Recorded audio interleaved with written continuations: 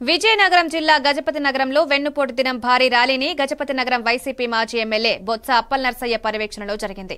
వైఎస్ఆర్ విగ్రహానికి మహిళా ప్రజాప్రతినిధులు పూలదండ వేసిన అనంతరం తహసీల్దార్ కార్యాలయం వరకు నినాదాలు చేస్తూ ర్యాలీ చేశారు. అనంతరం అప్పలనర్సయ్య మాట్లాడుతూ చంద్రబాబు 143 హామీలిచ్చి ప్రజలను మోసగించారని ఆరోపించారు.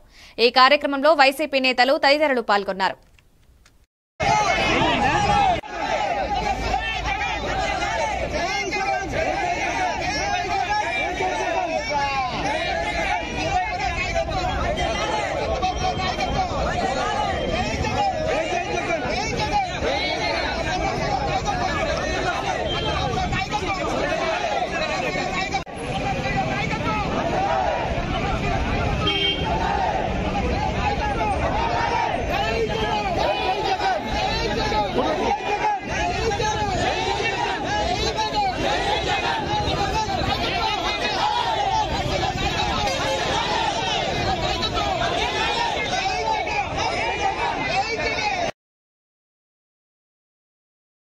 అసాధ్యం ఈరోజు.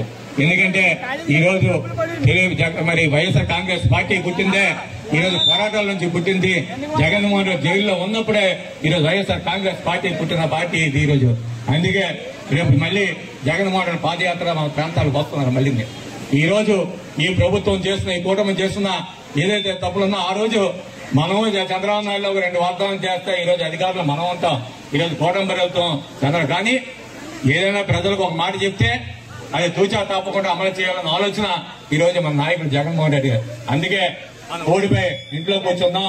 వాళ్ళ అబద్దాలు చెప్పి, మోసం చెప్పి, ప్రజలు మాయ మాటలు చెప్పి ఈ రోజు గదినెక్కి ఈ రోజు అధికారం చలాయించి మన మీద కత్తనం చలాయించి మన జైలుకు తోయాలని ఆలోచన చేస్తున్నారు.